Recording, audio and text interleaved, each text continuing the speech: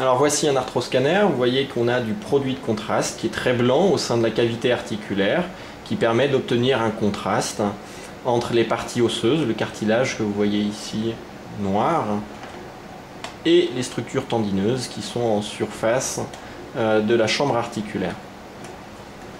Alors si on prend l'axe rouge, qui est un axe sagittal, vous le voyez ici dans ces deux plans, donc on est bien sur un axe qui est sagittal, donc vous voyez le cadre rouge qui correspond à la coupe obtenue.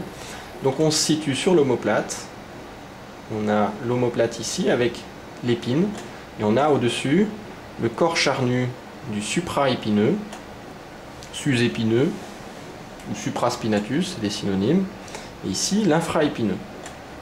Quand on glisse vers la périphérie, en externe, on suit toujours ce corps charnu musculaire du supraépineux qui passe sous l'articulation acromioclaviculaire. On suit le tendon qui s'étend de là à là et qui va s'insérer normalement sur le trochiter. La même chose pour l'infraépineux, vous le voyez ici, on glisse vers la périphérie et on a l'infraépineux qui vient s'insérer sur la partie postérieure du trochiter.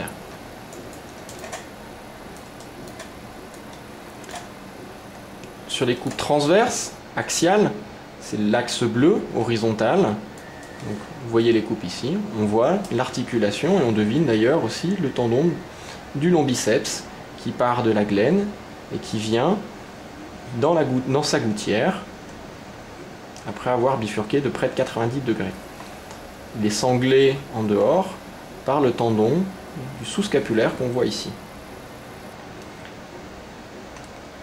Chez ce patient qui a eu une luxation antéro-interne de la tête humérale, c'est-à-dire que la tête humérale que vous voyez ici est venue se luxer en avant et en dedans.